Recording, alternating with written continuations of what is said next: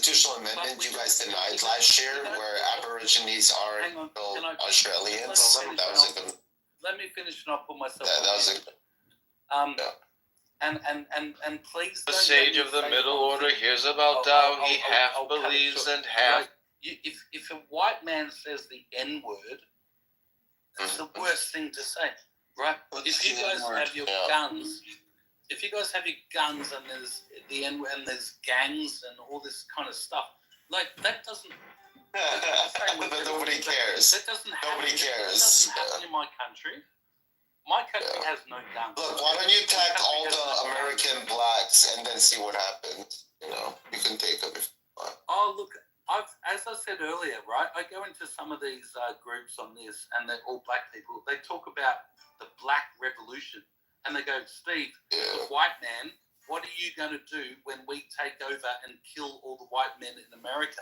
I'm like, the revolution. I'm like, what the fuck are you talking about? Like, just chill the fuck out and live, just like, please, just live life, right? I don't know, like Australia, like I'm not saying we're better than you, but like we just chill. We just want to live life until we die. You guys have your guns, you have your racism, you have so much stuff, your political conspiracies and all, you know, blah, blah, blah. And I'm, again, not saying that's a bad thing, but it's like, it's so intense over there. America seems to be so intense. Yeah, but just these are just like the consequences of... like that. Yeah, I mean, these are the consequences of like democracy and the culture of democracy, where everyone can follow any influencer. Yes, but it's more of like a regulated. So like in America, right?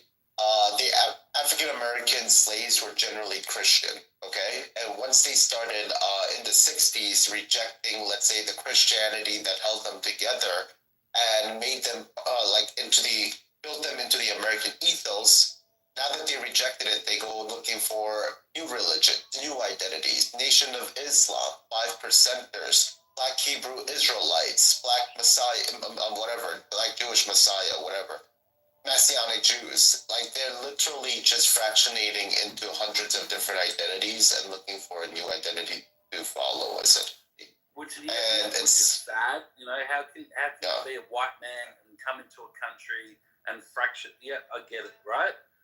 Do you know much about Australian history? Do you know a little bit. You guys were a bunch of criminals who decided to make great civilization. Yes, yes, we were. But do you know what those criminals did to the Aboriginal people?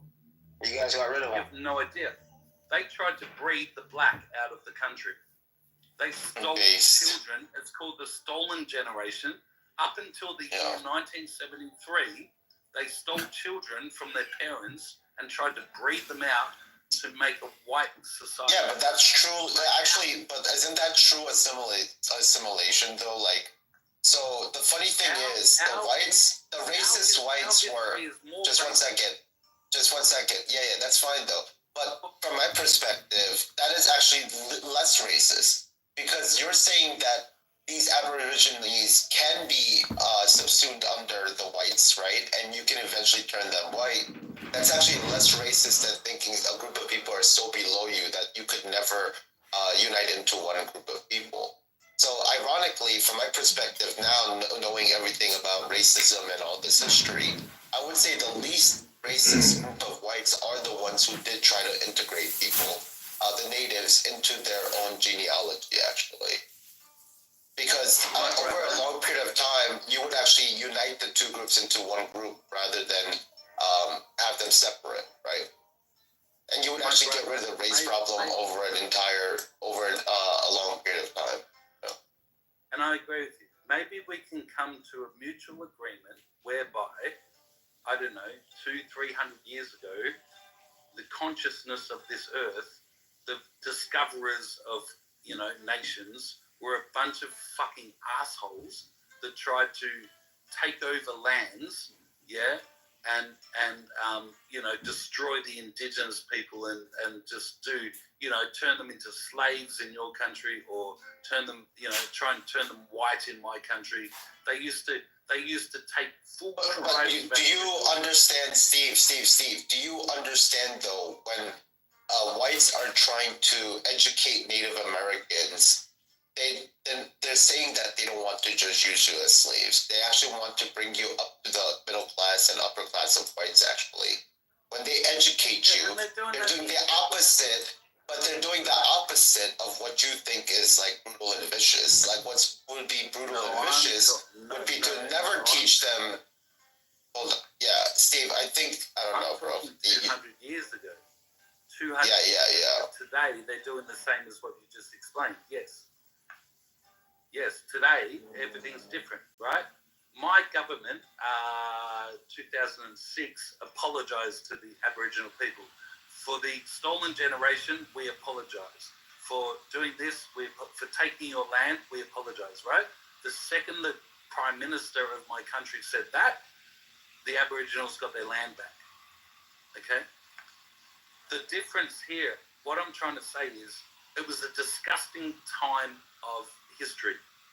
300, 400, 500 years ago, Captain Cook and who's your guy? Hey, Steve, you can do your like white guilt thing in a different room. You can go do that over there. He's trolling you, Gio. No, he's not trolling me. He's just like a normie. What do you mean? With his little. No, he's just a normie, Ryan. He's not smart enough to troll. He's just a normie. Like this is his belief system. I'm not smart enough. Oh my God, I'm not smart enough to troll. But I guess what I'm saying is, in history, all our countries were fucked up by the whites, by the English. We were all fucked up, yeah? And then we all got on with life, and the Inuits in your country and the Aboriginals in my country. The difference here is, when Captain Cook turned around from Australia and went to New Zealand, he was met on the beaches by Maoris. And the Maoris forced him to sign a treaty. And New Zealand is a very different country to any of ours. They have their culture is in place, their indigenous, culture is in place, right? I guess what I'm saying is, I don't know what you're trying to say. You keep moving the goalposts every sentence, so I'm just very confused at this point. I thought we were talking about. So yes, things were more racist back then than they are now, but people say it's more racist now. No. We went from. Steve, can you stop thinking for a second? Can you stop talking and thinking for a second? Just for a second, please. Thank you. Yeah. We were at. So you can have a rant. We were talking about. No. Alright, you can just leave. Go away. No, Go away. I'm saying, go on. You're not wanted. No. Stop. I've given you so much opportunity to say your point, and then now you want to be sarcastic and. No, just shut the fuck up and mute the fuck up. Just mute up. I don't know if you're drunk or not. Just mute up. Stop talking. Thank you. We were talking about how the Rodney King case should have shown whites in the West that certain groups of people only see justice through racial identity lines.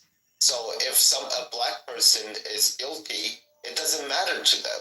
They will see them as innocent. Which means the inverse is true. If a white person is innocent, they will always see them as guilty.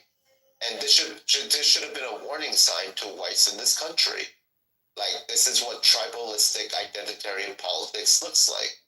All whites did was look at that and then double down on sucking up to minorities in this country. So you guys get kind of what you deserve, honestly, at this point. And you are getting what you deserve by...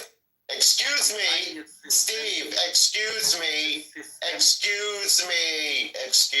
Thank you. So now that you have a society where minorities can use your own laws and ideas against you, you're going to have to suffer those consequences until you grow some balls back. It's that simple. As to the black American, it's systemic. All I'm saying is you need to realize it comes from our forefathers. It's not just. Oh my God, bro. Rodney King. Look, Steve, go find your own road, bro. No. It was a good troll, I have to admit. It was a good troll. It's not a troll. You guys are retarded, bro. You guys think that everybody's like a... No. You guys think that every person is smart enough to actually troll? when the average person is so retarded, they just believe everything that the government tells them and CNN tells them. It's really not. to me, and then he talks over you. He's smart enough to know that it's not okay to do something. Like what? Yeah. No. There's a bunch of weird, like drunk losers who come on this app. They're not even trolling. They're just being themselves, and they're retarded. Like I just don't. Most people are this vapid. I don't think you understand. Like maybe you haven't talked to the average person lately, but most people are this vapid and this retarded. They actually are. Yeah. What's up? What's up, brother? How you doing, man? Good, bro. I wanted to ask you, bro. What are your thoughts about these new tariffs that's happening with the tariff war happening right now with the U.S., Canada, Mexico? Like, what are your thoughts? Yeah. So Trump is saying that he wants his tariffs to make a statement to Canada and Mexico to stop letting in this fentanyl and illegal immigrants and all these things. And if they wanted to, Canada and Mexico could do a little bit harder since they're making so much money from us to actually try to stop these things. And when Trump asked them nicely, they don't really care. So he put a few tariffs against them. Now, all Canada and Mexico has to do is say we'll pledge like $1 billion to actually limit this and to, try to do our best to limit this. That's all they would have to do. But they don't want to do that. So then now, the Trump doubles down. Canada and Mexico says we're going to put tariffs on your shit, and it doubles down and doubles down and doubles down. So I don't know. We'll see what happens. Yeah, dude. I think this whole tariff war, it's just gonna mess up everybody, dude. Like, I feel that it's gonna, at the end of the day, the ones that are gonna be paying for the higher prices is gonna be us. As things go up higher, we're the ones that are gonna be like hurting. Everything from automobile to like food to clothing to shoes to like it's crazy. Like this is gonna be wild. The hope is that those but then their stuff here and the higher prices that we pay because the labor costs more here go into our economy instead of into somebody else's. Yeah, no, but there's that. Yeah, it does, sure, and it's gonna hurt.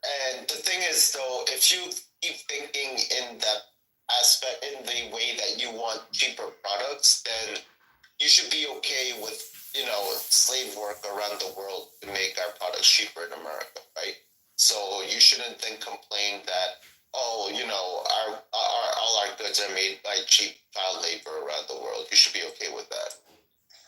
You can't have it both ways. You can't be like, I want cheap goods, but then complain about mass immigration to America, because one of the ways you have cheap goods is because we allow unfettered, unchecked, unbackground checked, unfiltered migration through the southern borders. So, look, like, you can make this argument that, look, I want everything to be as cheap as possible in the world, then you should be okay with America going in the Middle East. You should be okay with their constant interference in the Middle East and multiple wars in the Middle East to preserve the petrodollar. You should be okay with us using child labor and cheap labor from around the world.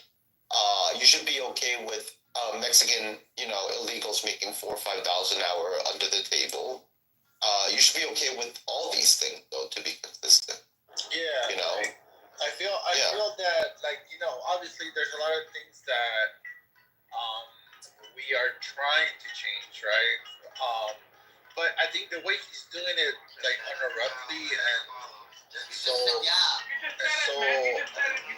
without, like, making a plan, I mean, if he wants to, like, I heard, like, he wants companies, to bring labor jobs here in America. That's fine. That's better for us to make our own goods here, like, right? But the way he's doing it, it's just gonna, like, it's starting, like, it's kind of doing it without making a plan first, right? He's gonna say, "Oh, I'm gonna do this," but then the consequences that's fair. It's gonna affect us, right? What do you know? No, that's fair. That's fair. Look, I thought that Trump would also thought that they would kind of bubble. No, there isn't a plan though. So here's the thing, like, you're absolutely right about your criticism about that. Trump is just hoping that Canada and Mexico buckle like Colombia did. Remember what happened with Colombia and they were sending prisoners back to Colombia? I remember within 2 hours, the Colombian president folded and said, we will take them back because he didn't want to pay the tariffs. That's what he's hoping will happen with Canada and Mexico. That within a week or two, they'll be like, all right, fine, we'll just do what you ask. We'll spend some money to try to stop. They just know no one's going to buy from them if there are tariffs. So yeah, we get it regardless anyway. Regardless, he was hoping that Mexico and Canada will be like, all right, we'll put some spending to preventing fentanyl from coming over your borders, and we'll try our best to stop illegal immigration into your country. That's all they should have. That's all they would have to do for Trump to take away the 25% tariffs. Really. Yeah. But they're not willing to do that either, correct? So that is a problem, right? That's a bold move, bro. And I think he already put the 20% on Colombia right now. He put the 20% tariffs on Colombia right now. Yeah, but he took that off. He removed it as soon as they said that they agreed to take the prisoners. So. I think it's a bold move to refuse to try to dude, $1 billion on a country level is nothing. To refuse to spend an extra $1 billion to stop fentanyl or illegal immigration. Yeah. I think that's kind of a bold move. And you know what? I think it was like it's kind of like a risky move because if you notice for 2024, I was doing some research. Like our biggest trade partner was Mexico, second to China, where we're getting like our car manufacturing parts, a lot of stuff. We were trading with Mexico, and for him to do this with Mexico, and him But to Lou's point, Frank, wouldn't you say it's a bold move from Mexico to refuse to do anything that America asked for when they are their number one trade partner? Right? Because what we're saying as America is all you countries around the world can benefit off of manufacturing goods so that American consumers who have the biggest amount of money and spendable money are willing to spend on your goods, right? And Trump's asking for a few things in return for all the money and trade you get from America. Try to minimize fentanyl being sent over to the country and limit your immigration. These are not big asks. He's not asking for anything crazy or out of the question, right? yeah. And most other countries have no problem, trying to fulfill promises like this. So when your biggest trade partners are trying to abuse their position of them having a lot of US dollar trade being dependent on them, then they're also saying, fuck America. I don't care if the cartels in my country sell drugs to them. I'm not going to do anything about it. I'm just going to benefit off of them and get bribes returned to me by the cartel. How is that fair to us? Right. I think that is not fair to us. So why can't we use our political power to try to prevent this from happening to our own people? No, I'm definitely for a secure border, border against cartels, drugs. Definitely I'm okay for us. Yeah, it shouldn't have gone this far, but we're in a position where this is the only thing we have left to try to get them to stop this, right? So, if Mexico was earning billions of dollars and trillions of dollars from American consumers, if the American people are like, hey, can you just try to, keep this shit down? That's pretty reasonable to ask, right? They're taking advantage. They're taking advantage, right? On top of the Correct. That are flowing through there uncontrollably. Even though the assholes will say, well, the cartel, they control. No, they're not, dude. It's running through fentanyl. What the fuck are we talking about here? I'll tell you what's going on here. Is China has shacked up with these cartels, and they have this kind of axis of evil going on, where they're trying to get back at the West for the opium stuff. And yes, they do still talk about it. Right? Yeah, so I think, the way right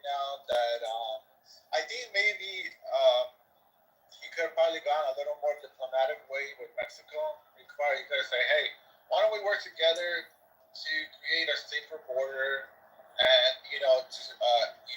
stop the cartels, illegal drug coming in from both our countries. He could have probably said that to work better with, especially with Mexico. We're trading with Mexico. He could have, and I felt that was maybe a missed chance that he could have done. And the way he's coming right now at Mexico is like he's kind of coming at them like, if you don't do this now, it's kind of saying like, I'm gonna go to war with you guys.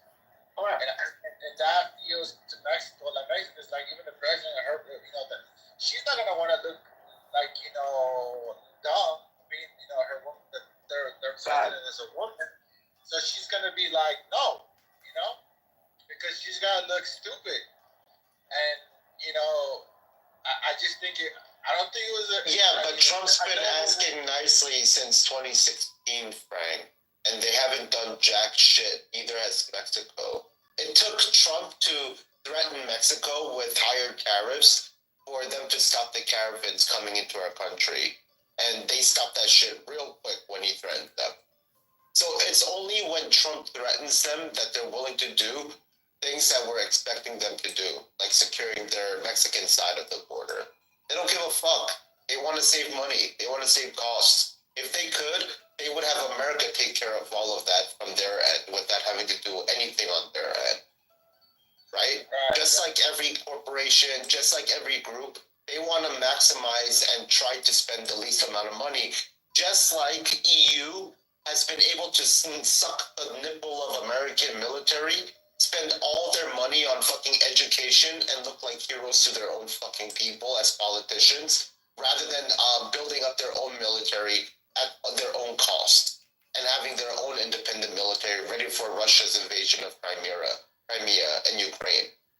Imagine if Europe had been responsible with their military and they were actually ready for an invasion from Russia. Well, they weren't. And now look at the result.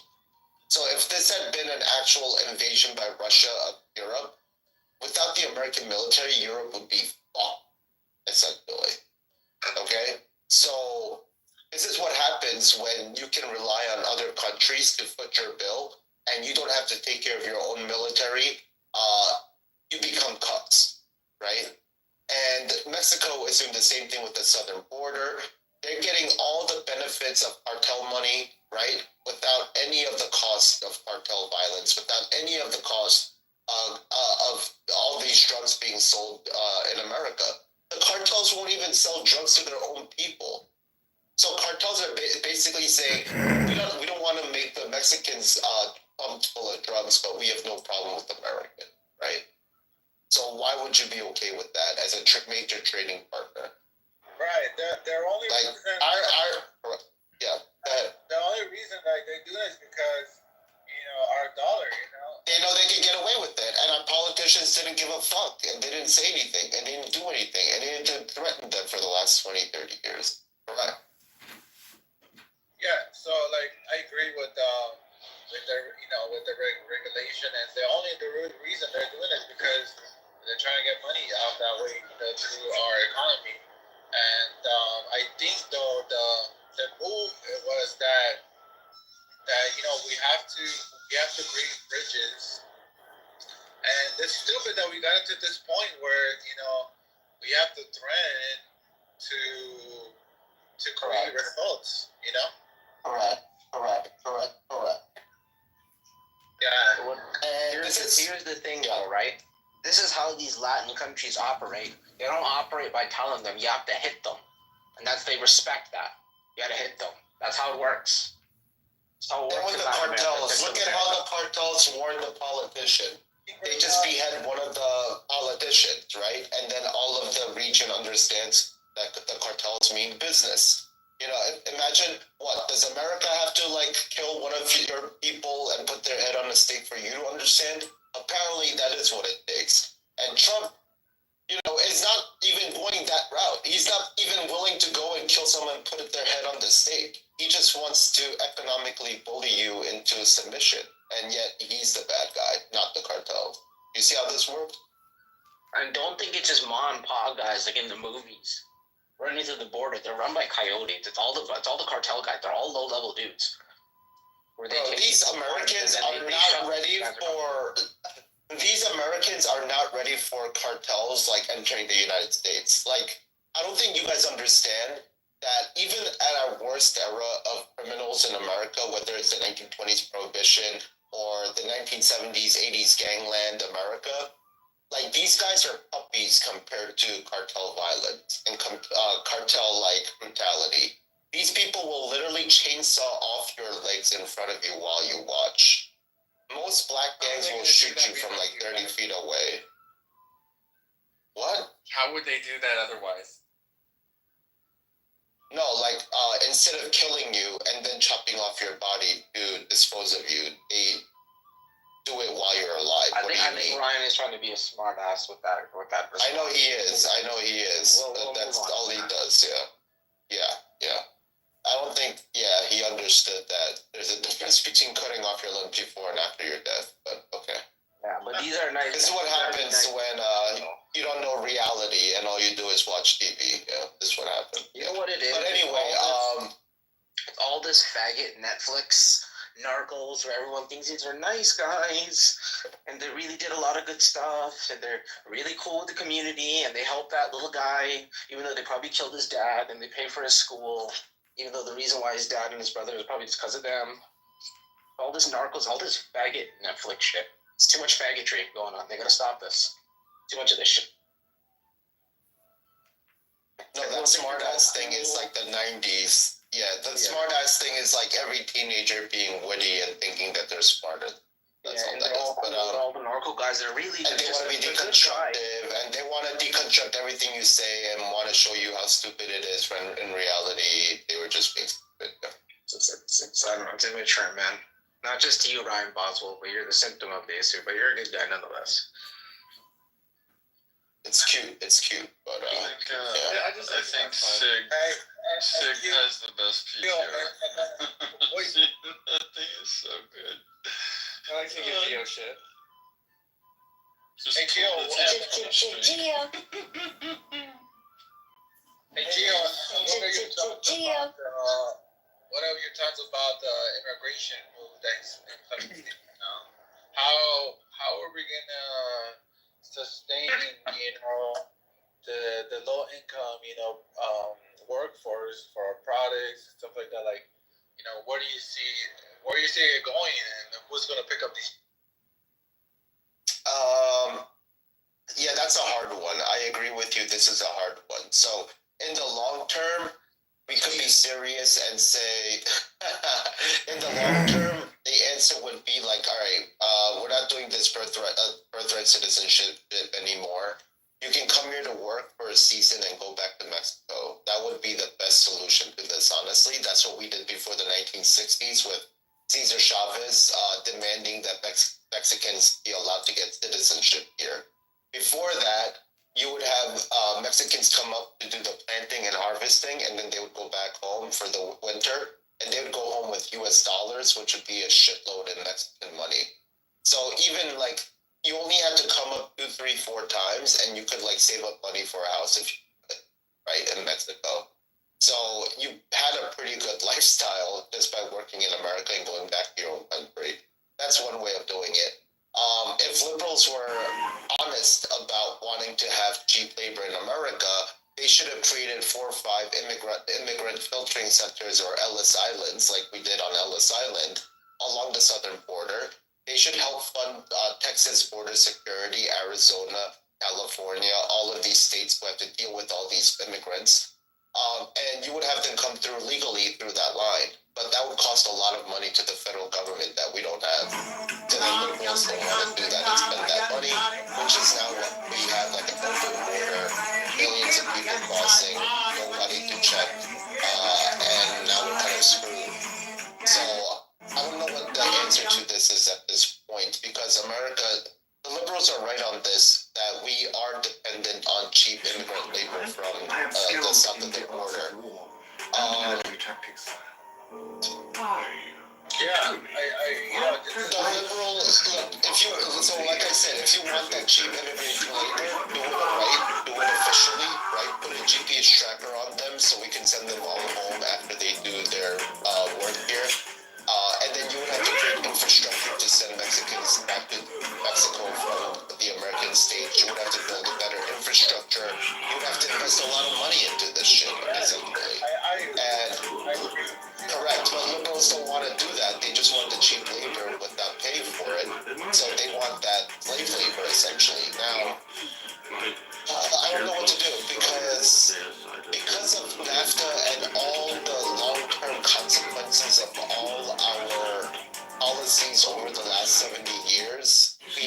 ourselves into a situation where we're really dependent on that cheap labor.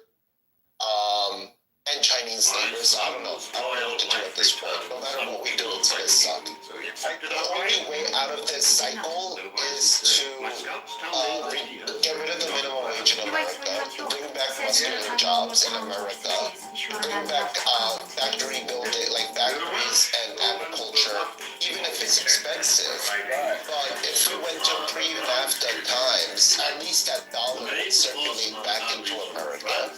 The corporations, I mean, the banks would have to reinvest into America, and you wouldn't have like a way to just not reinvest back into America. Whereas since NAFTA, all these dollars in America could go outside of the country, right? So the alternative is to do that, but in order to have that, like, older America back, you would have to get rid of union pay and a lot of these things, because why would any corporation want to build rebuild industrial America back if they can just go to China and get cheaper labor?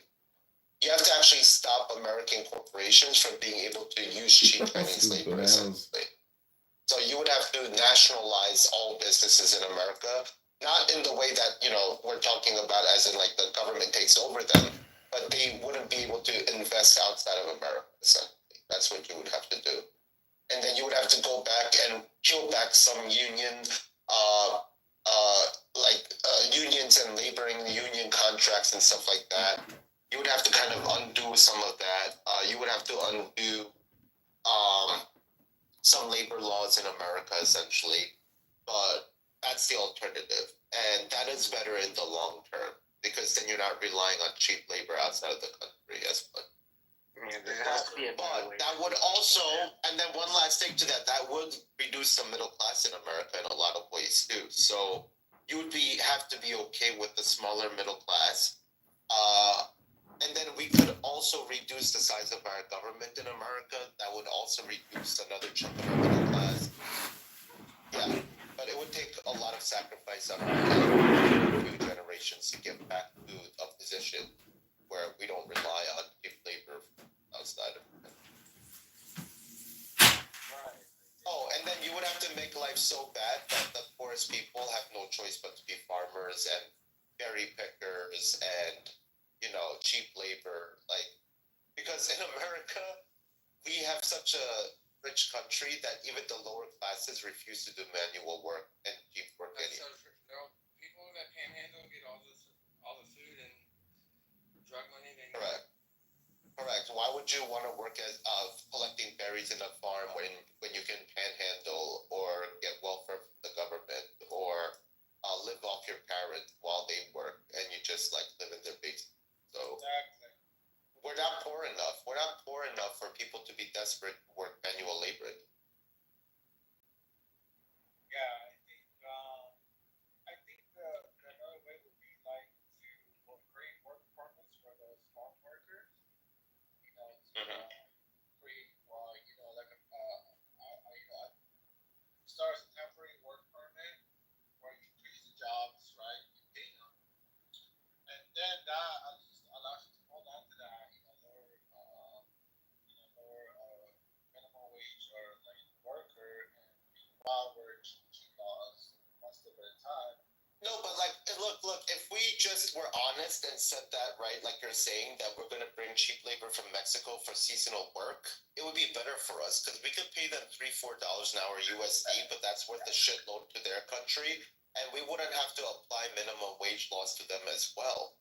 Yeah. So these people could all make $5 an hour, but go back to their country with like 10K USD, yeah, right? Yeah. And to them, that's a shitload of money in Mexico, correct? Yeah. So we never had to pay these people minimum wage in the first place, you know? So to me, it's like, we don't need to pay these people a lot. Just pay them their $4-5 an hour, and they're still like fucking gonna live like kings when they go back to their own country. Yeah, for buying houses, right? And then, you know, after they're done, they can, you know, go back and, you know, they'll, you know, have, you know, their money and will earn. I think, but I feel also that I think that's the right way. Like, you know, I think the whole immigration being ignored for so many years has created this problem. and Yeah. this is where we're at right now, you know. And Yeah. we do have to honor those people that have worked 20, 30 years, you know, and give them a type of permanent or residency for those people because they've given back, with their hands and construction and stuff to build America. So No, the whole point of sending them back every year is so that we don't have to give them citizenship. no, but I'm talking about the ones that more than No! the ones No! I'd rather pay them 10,000 to go back. No. I'm talking about like the ones that have been here for years, you know. Boo! It doesn't matter. I've been here for years. Deal. I'm talking about What about Don's for husband? like 30, 20 years who've been laboring, and then they haven't had like no, but I mean, Gio, it's just fair. They picked up their. Why are we trying to be right? fair here? And They've been They getting picked fucked on in the the ass ass for for like like 50 years. It's and you just want to be fair fair. if you want to fix, because it's like, hey, most of them. The problem is like you can't just uproot somebody if they already uprooted themselves. Yeah, you can. Oh my God. You cannot. Jesus You cannot. Christ. Frank, You cannot if do you've it. been here for 30 years, no, Frank, hold on. If you've been here for 30 years and haven't tried to get your citizenship in any way, shape, or form, what the fuck is wrong with you? Well, that's Like, are what it is. you retarded? That's what's happening because a lot of them, don't have that type of way to fix their papers, and that's what I mean. And I think that's something that we need to look out and In 30 And years, find they a couldn't way. figure out how to become a United States citizen. In 30 years. Yup. Come on, man. No, but that's the reality. There's people who have not fixed their papers, because of that reason. Because our laws have not been like easy for them to transition to fix unless they we should marry. uproot this whole thing for those people.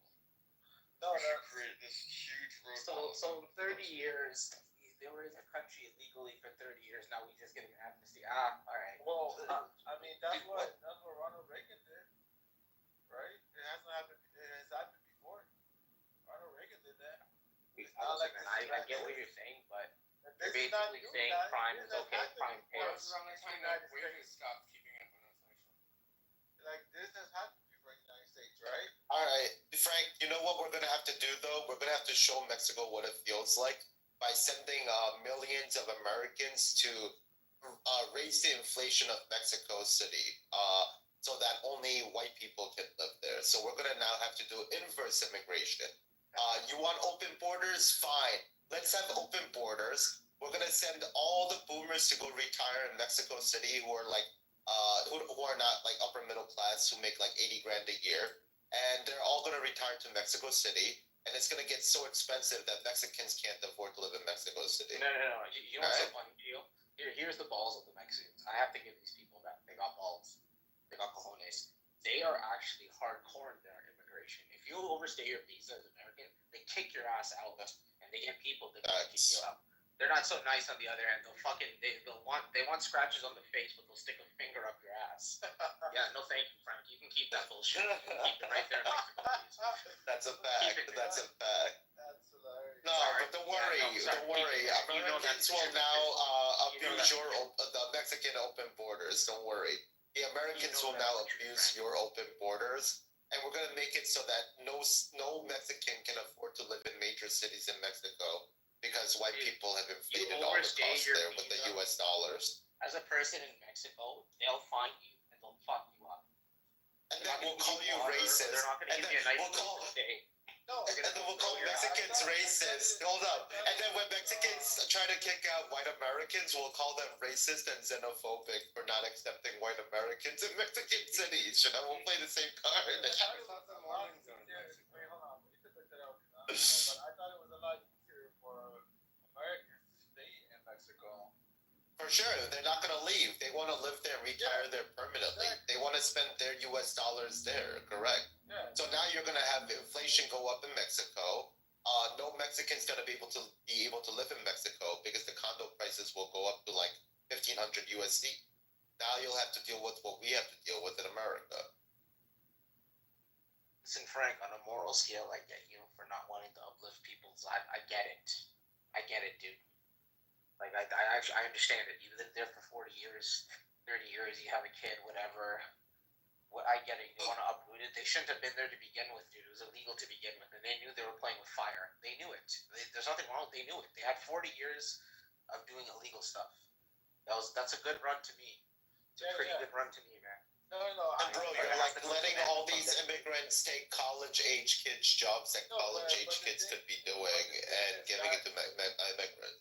But the thing is, Look, we don't need Mexicans here to work at like movie theaters. We need them here to pick berry. You know, No, like right. there are specific jobs for them. You know.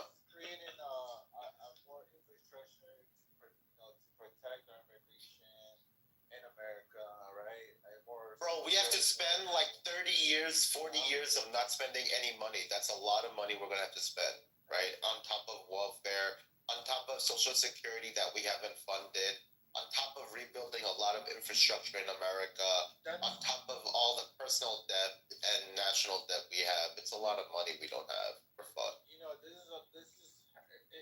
this is just hit the tipping point.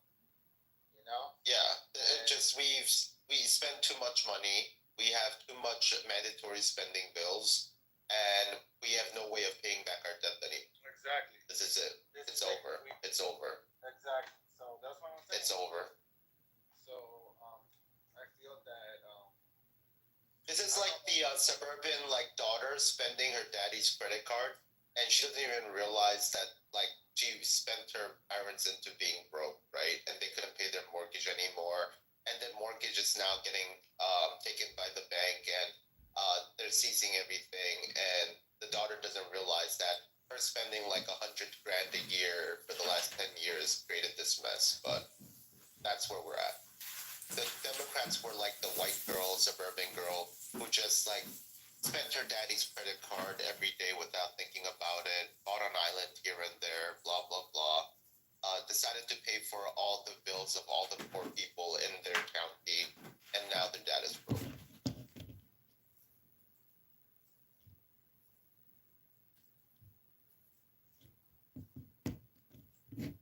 It sounds like the story of every like suburban couple. But yeah, that's what we've done with our country. We let the women just keep spending because they felt bad for the poor. yeah, it's definitely been A ride. it's definitely been like there's a lot of legacy. It's also political. A lot of things that have gone into the mix. Like so much for politicians. You know, I think it's $200. You know, it's a lot of money that we spend like overspending on stupid things that we shouldn't have been. You know. No, I mean, like politicians are a better place to spend money. So if you look at Singapore, they paid their politicians so much and their government bureaucrats so much that they never want to take bribes because they don't want to lose the money. Whereas in America, we don't pay them enough that they want to get bribed all the time. You know, so. One of the good things about having aristocrats who are in the Senate is that they're already rich enough that they can't be bribed, and their family name means more to them, and their reputation means more to them than their family wealth. They can always make more money. They can't recuperate their family honor again. So, whereas if you put middle class people and let them be government and bureaucracies, they're much easier to bribe. They might have Nana who needs chemotherapy. They might have mortgages and their parents' mortgages that they have to pay that they're willing to do crazy shit for. Aristocrats and rich people are less likely to want to take those bribes, essentially. So when we allowed meritocracy of the middle age, yeah, we created a scenario in which we have bribable people. Go ahead. So as per the government of Singapore's website, the fixed salary for politicians, the lower members of their Congress is $750,000 USD. There you go. Range may be different for each range, starting at maybe a monthly salary of $46,000, and then it goes up to $937,000 to $45,000. You'd have to be a complete low IQ retard to fucking take a bribe, making $1 million a year doing nothing in the government. You'd actually have to be a retard. Correct. Which is why they kill the guys who do bribery in that country, because you're a retard, right? You're too dangerous. Yeah. So the founding fathers were having this debate, and a lot of the founding fathers who argued that middle class people should be able to be in the Senate as well, they were proven wrong, and they're just as bribable, if not more bribable, than like aristocrats being in the Senate. So the last 100 years of American history, the last 60, 70 years of the corporatization of our Congress literally shows us that when we let the middle class enter our bureaucracy, they're just as easier to bribe than rich people. What's the thought for why would middle class people be less bribable? The thought process was that like they wouldn't care about money, or yeah.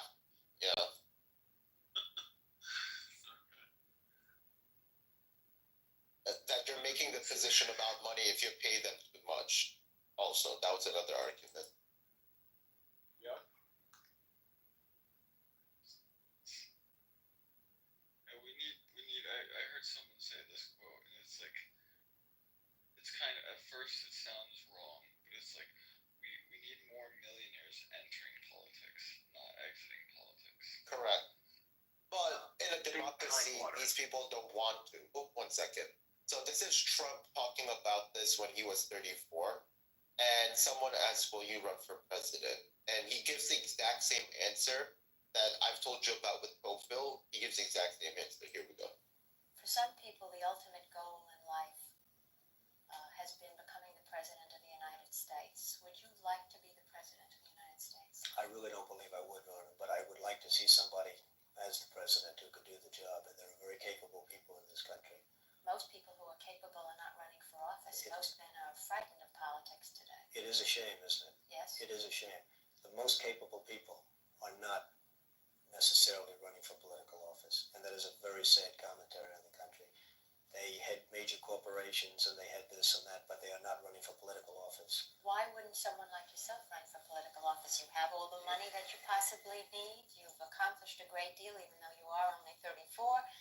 I know there's a lot of things that you possibly can do in the years ahead. Why wouldn't you dedicate yourself to public service? Because I think it's a very mean life.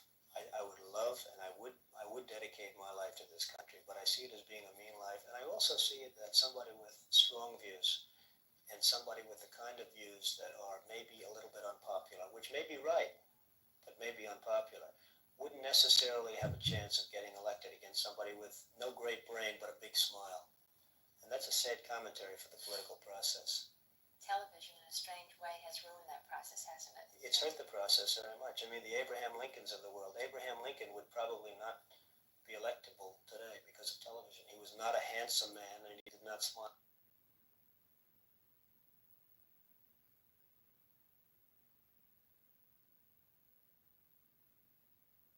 There you go. So, a lot of the founding fathers thought that in democracy, the people would choose the wisest and best person amongst them, but they won't because they don't like people who are better than them.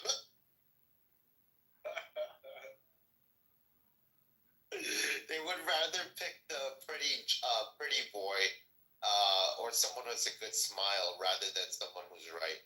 Unfortunately, Bro, that's kind of sad, bro. look at the prom king and queen in high school, Frank. Are they the smartest, the most competent? Are they the ones that go getter? No, it's like the high school jock and like the prom queen who's either the prettiest girl or the sluttiest girl. That shows you what democracy actually is. That's messed up, bro. Yep. Look at once TV came into into the forefront in America, our presidents get better and better looking. But like he said, Abraham Lincoln, Grover Cleveland, John Adams were ugly as fuck. Taft was obese, right? So when men were voting, they didn't care about their looks; they cared about their policy. When women and TV come into action, both men and women start voting for good-looking candidates. That's when we should have known democracy was over, to be honest with you. That's crazy, bro. Yeah, reality hurts. Yeah. there's plastic surgery now, though. Yeah, I guess. Yeah, I mean, I guess if you want to be president, you have to do plastic surgery as a really smart person. Yeah, so that women vote for you for sure. Yeah, that would be actually true. So let's not be Good point. anti-Semitic. Why do you always have to make this shit about Jews? Oh, kill me, Lou. That's hilarious, bro. We should make a meme about that. Am I ugly enough to be president? Or No. oh man, that's hilarious, man. Oh man, I saw a meme that this guy was trying to give him tacos and there was no cilantro, no onions, and he said the taco was plain. And he said, "Well, there's no more cilantro and onions, so this is what we got."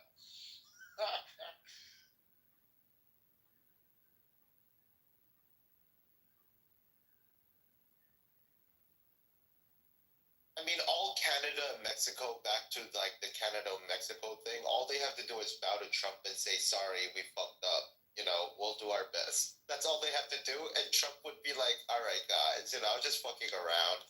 But you guys really have to do something about this. You know, I'll get rid of the tariffs. I got you. You know, it would take literally 1 hour of work. And they're like, nah, we're independent countries, you know? We're going to do what we want to do, you know? We don't need to stop drugs coming into your countries. Okay. Crazy. Yeah, that's how you're about to become the territory of the United States in about 2 years. Fuck around and find out. You know what's sad, bro? That I was talking to my friend that he's from the Middle East, and he said that he was trying, you know, to bring peace, you know, to the Israel and Palestine thing, but you know he couldn't do it because they you know they didn't respect Biden, you know, and only when freaking you know Trump tries to come in, they end up saying, okay, we're gonna have a peace treaty, you know. That's fucked up, bro. I mean, look at the Middle East. Look at Iraq, right? When Saddam came in with the Ba'ath Party, and you know, basically was threatening to kill all of them. They all stepped in line, right? The Kurds, the Shiites, the Sunnis. They all step in line when there's a violent autocrat. But if there isn't, you know, they don't respect the game, bro. It's just how it is. Yeah. Whether you're Gaddafi or Saddam, that's what scares these people, nothing else. That's crazy, bro. What's an autocrat? Someone who rules from the top down. Yeah, but I don't know, but I'm hoping for. I'm interested to see what's gonna happen now. I mean, I hope we don't get hit with higher prices, bro, and I hope we can fix this stuff because. Bro, just don't buy shit from Mexico. No, well, the thing is like everything is coming from Mexico, bro. That's the thing. Like if these wouldn't be coming from Mexico, we'll be fine. But the thing is like everything's coming from there. You know, a lot of Isn't that wild to you? Isn't that wild to you that like everything's coming from Mexico? It's yeah. They're not willing to spend $1 billion to avoid their economy getting fucked. Yep, it's gonna be a pride and ego thing, bro. And you know how? Look, the Colombian president knew what was up, all right? The Colombian president was like, you know, he tried to nut up, and then he was like, oh, wait, shit, he's not playing. Uh-oh. That shit was funny. He's like, hey, yeah, sure. I'll take your prisoner and send them to me. No problem. That's all that has to happen. That's all we need to happen. All Mexico and Canada has to say is, you know what? You're right. We'll do our best to stop it. And even just saying that would stop Trump. And like, they don't know how to play Trump. They don't know the game.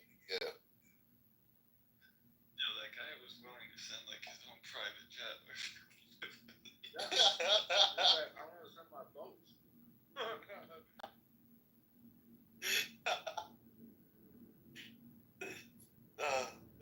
That's hilarious.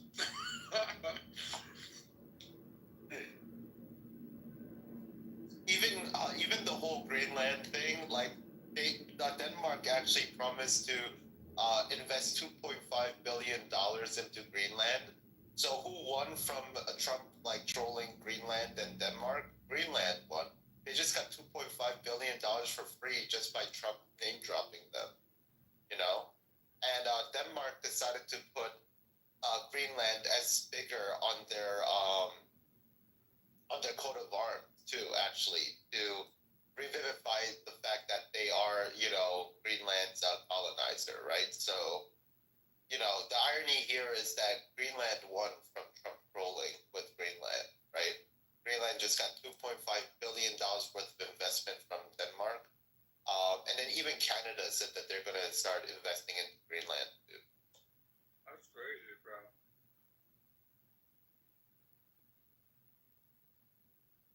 What's up, Trevell? What's going on? Are you playing that music, Jill? Yeah, it's Japanese court music. That's nice. You said court? Yeah, it's relaxed. Court, C-O-U-R-T, Royal Court. They play this in the court? It seems a little... Yeah. Not the judicial court. No, not the judicial court, like the royal, like when they're discussing politics and shit, you know. Oh, wow. Very festive. Yeah. You know how like at the late night when men are drinking and they're like discussing politics with the geisha and shit. This is what they like. Gotcha.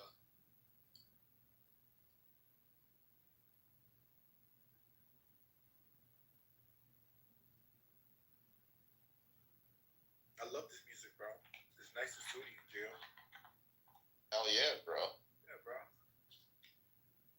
This is upper class, you know, arts. Where in America we have like lower class democracy art, where it's like the lowest common denominator, so we get like Kid Rock and Beyonce. Whereas like if you look at the 1700s, upper class music was like classical music, right? Baroque and all that shit. So you used to have Mozart, you used to have Bach and Schumer and all these high-end artists. Now we have like the Ice Spice or whatever her name is. And, That's wild, bro. Now we got like Red Candy or something. yeah. We got the music of the masses, pop music, right? Marilyn Monroe. Yeah. Hey, Jill, so you be coming on what days now? Hey, how y'all feel about Black History Month? And what y'all... Black History Month? Yeah. I gotta support my brothers. What you mean support your brothers? Yeah. You know, I'm gonna support them, bro. Whatever I can do. I'll tell you a story, bro, real quick before I leave. So I used to work at a restaurant, and I remember like that day, I was parking my car. It was pouring rain. I parked my car, you know, and the valet guy, you know, he's a brother, and he's like, "Hey, bro," I was like, "Hey, you know, he's parking my car, and it was freaking raining, and then, you know, he's like, no, bro, I got you. He's like, I got you. He opens his car and he gives me like a jacket, bro. And I was like, damn, bro, like you don't have to give me a jacket. He's like, nah, bro, just like take it, you know, like it's all good, you know, you can use it right now. And bro, that was nice, bro. That was like that brother. He, you know, dude, he was just like so kind, bro. So I got love for the black community, bro. And you know, every time like I would see him, you know, I will always like be, yo, what's up, bro? Did you give him a tip? All the time, bro. And then he would always like. Then he said, "Oh yeah, I'm about to hit up like a new job." But yeah, man, like you know, like I think you know we're supposed to help each other out, and you know, like he just did it like instantly. You know, he was like, "Hey, bro, it's raining. You know, don't get wet. Get the jacket." You know, bam. Like, and then I was like, "Oh no, bro, you don't have to." You know, but that was just kindness from him. You know. So I got love for the black community, bro. It would have been nice if he gave you a hug after. Oh, he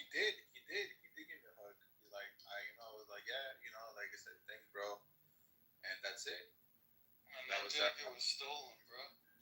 I mean, you know the crazy thing is, I mean, I don't know if it was, but I think he was living from his card because he was like, you know, working. He was working, and I just saw a bunch of clothes in the back of his, you know, card because he opened it, and he just gave me like a jacket, like a black jacket. I was But like, you oh like shit. black people because you experience the kindness of a homeless black.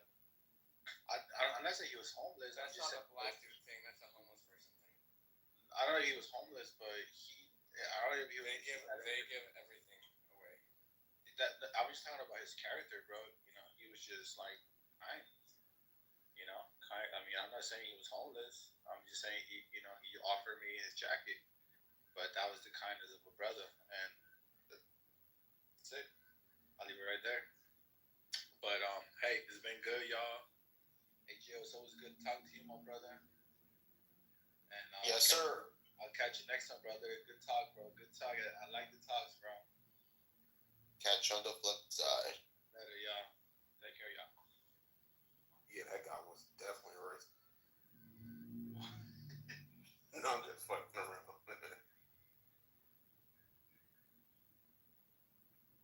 Who the fuck playing that shit? What the? I mean, actually, listen to it. It's actually not bad. It's very calm. That's you?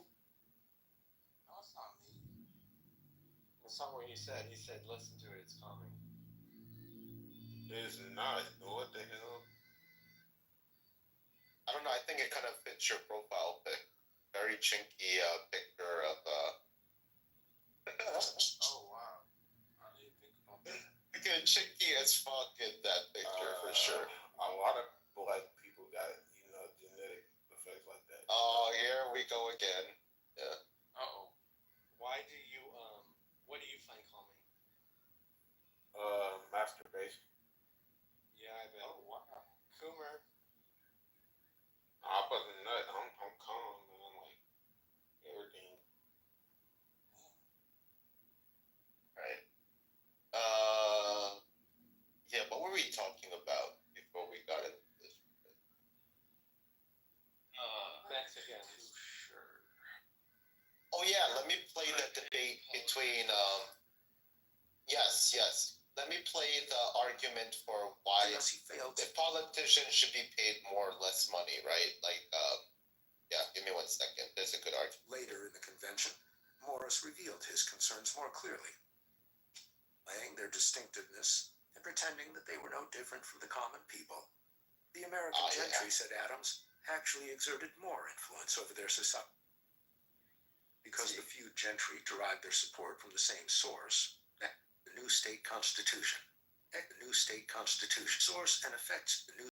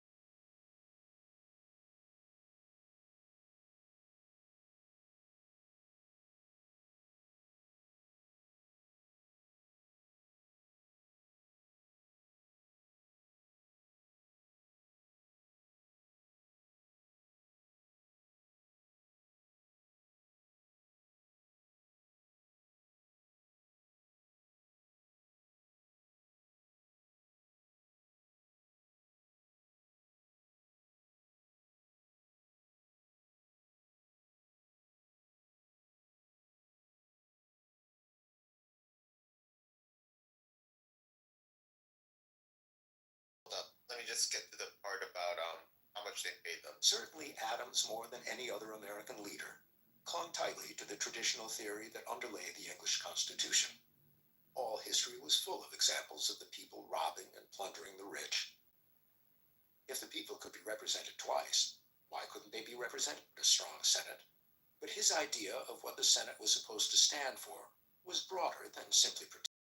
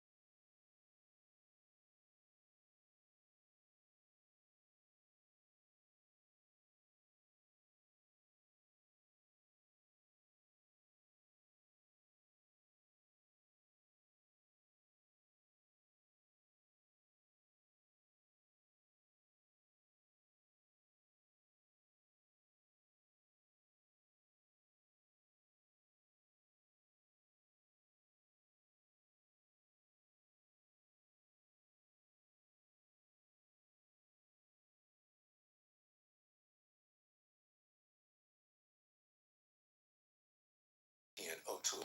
So when we destroyed the aristocracy of Europe, we freed every family who was competent to only care about money, essentially.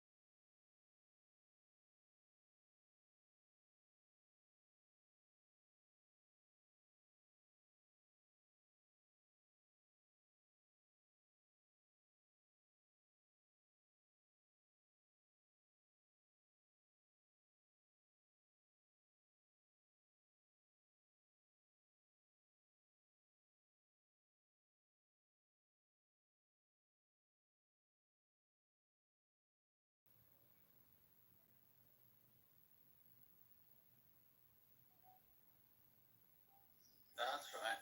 That's right.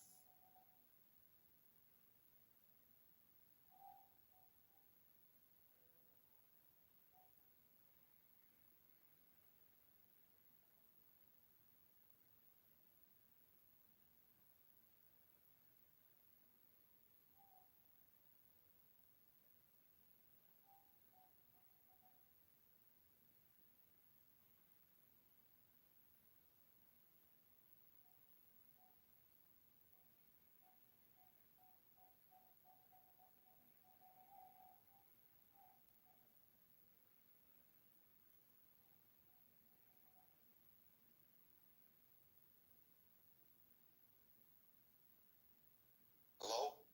Hello? Oh, there we go. Sorry.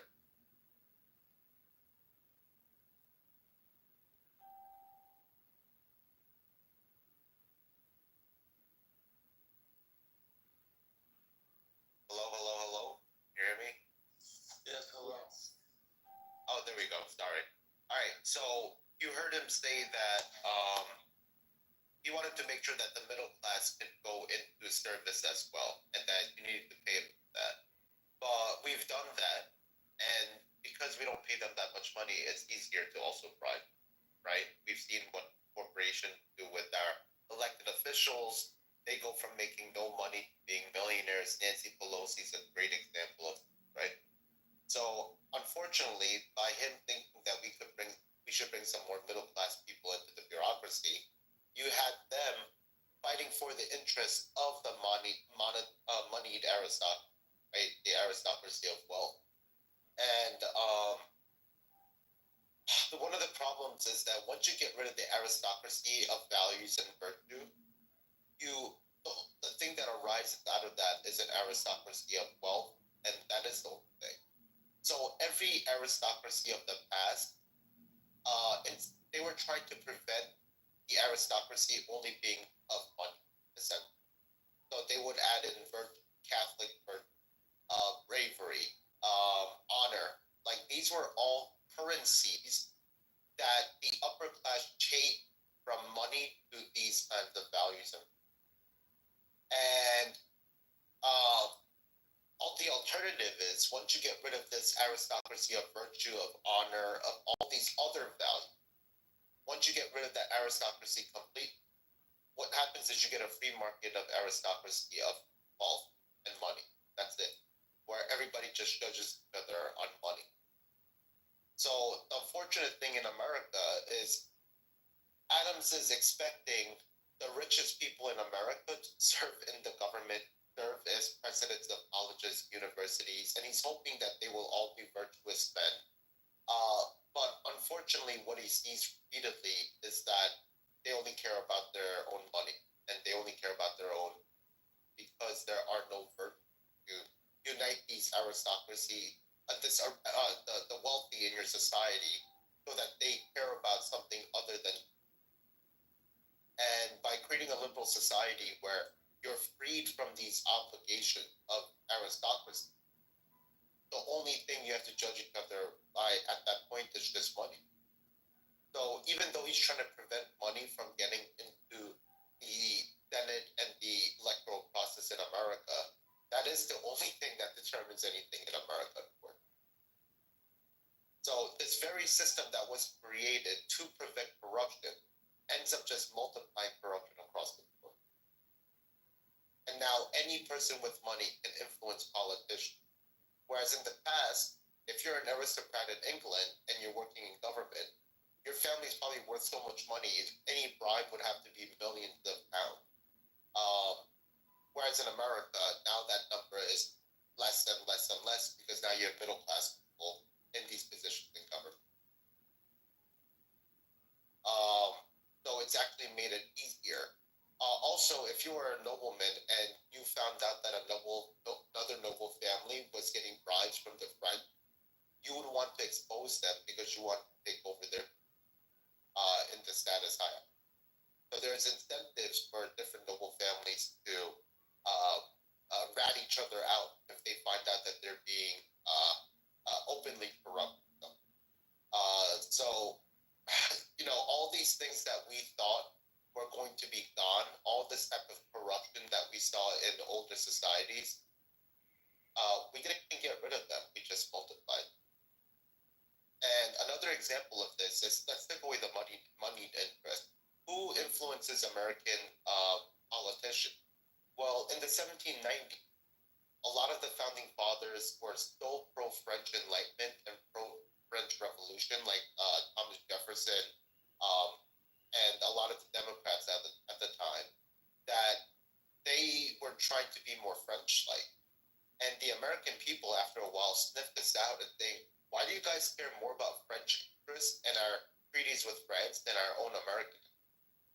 And you actually had the first American First movement in the 1790s as a reaction against what they perceived as politicians who cared to be more French than American, who were trying to be like the French intellectuals more than American, and representing their interests in France rather than American.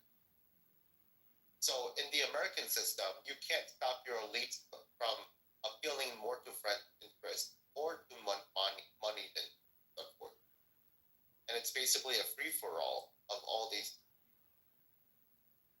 And John Adams further criticized this by noting that blog writers in the 1790s has more influence than American representatives. So here's a quote. What shall we say? The ex-president wrote to a Dutch intellectual. The editors of newspapers have no check, and yet have power to make and unmake characters at their will, to create and uncreate constitutions, to erect and demolish administrations. When a few scribblers, all foreigners whose origin, history, and characters nobody knows, have more influence than president, senate, the people's own representatives, and all the judges of the land? Here was an early critique of tabloid journalism. So again there, the free market of ideas and the free speech and freedom of the media has given power so that anyone who writes in a manner that people will adore will have more influence than your own constitution, your own administration. They'll have the power to make and unmake administrations, meaning they can pick up your administration like they did with Obama, or shit on you for doing the same things as they do with Trump or Bush. They can make or unmake constitutions, meaning they can highlight when someone certain parts of the Constitution when you want to rally the people, and then mute that same mute the Constitution when it benefits you. So John Adams is realizing that in this free market, unfortunately unleashed by America, even Dutch intellectuals and French intellectuals have more influence in America than any governmental system in America, which kind of destroys the point of having government, which kind of destroys the point of having your own value as government, as your own society, when anyone can influence your people to vote against their interests, when people can rally and use the media to manipulate things happening within your society and your country, with false information, things like that. And he's seeing this free market of this continuously multiplying in front of him. So unfortunately, the free market does a lot more damage, unfortunately, than it does good. Blog writers have more influence in America than your own politician that you voted out. Then what's the point of a politician?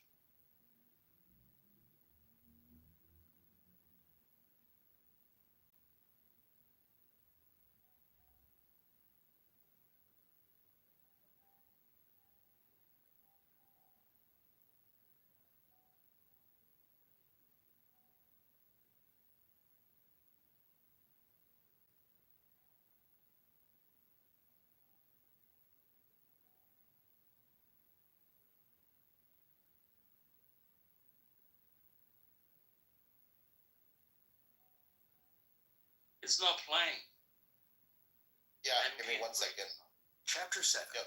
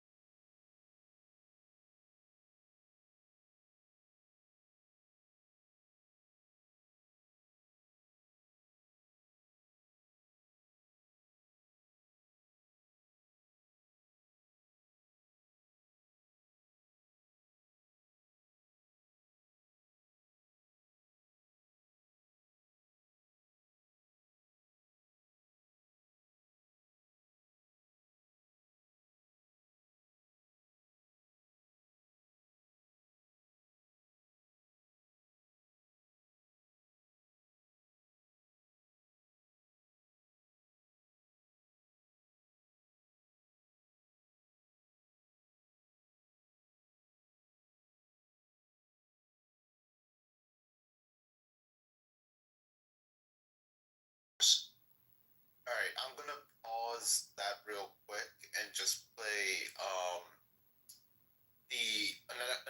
an analysis of another thinker from France who was traveling to America in the 1820s. And this is his observation. Oh, go ahead, Lou. That's right. That's right. And this is his observation of America. Here we go. I still, Gia, The concept. I still want to Yeah. say, I think it's ridiculous that a man on a sinking ship wouldn't try to prevent the ship from sinking, just because he wouldn't want to give up his gentleman status. I think that's ridiculous. I mean, yeah, maybe. But if, at the same time, when the pirate ship was getting attacked by, when the ship that he was on was getting attacked by pirates later on, he was the only upper class person that fought at the front of the line. Every other person who looked down on him for not helping with the ship, they stood at the back of the ship waiting for the men to fight off the pirates. But he was the only upper class person who thought it was his duty to fight. According to who?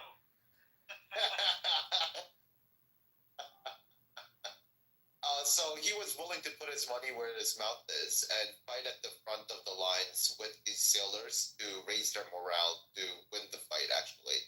So he was up there with his pistols fighting back when the pirates invaded the ship also.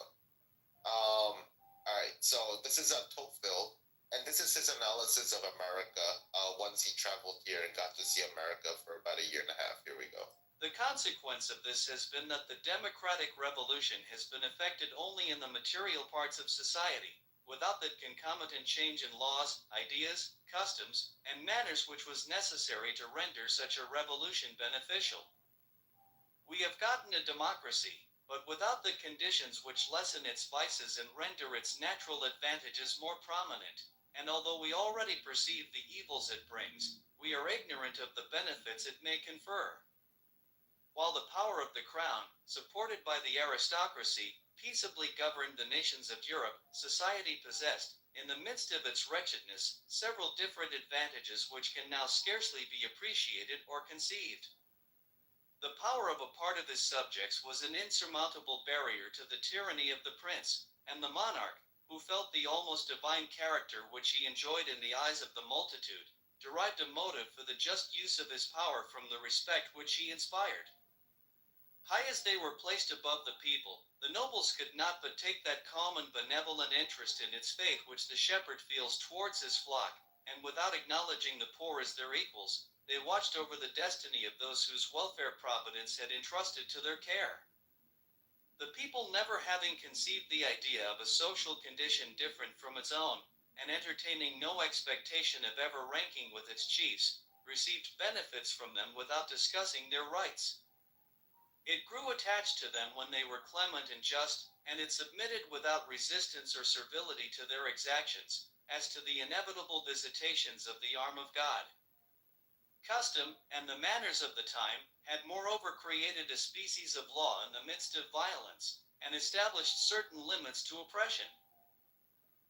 As the noble never suspected that anyone would attempt to deprive him of the privileges which he believed to be legitimate, and as the serf looked upon his own inferiority as a consequence of the immutable order of nature, it is easy to imagine that a mutual exchange of goodwill took place between two classes so differently gifted by fate.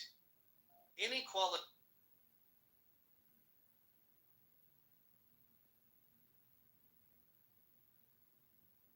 by the exercise of power or debased by the habit of obedience, but by the exercise of a power which they believe to be illegal and by obedience to a rule which they consider to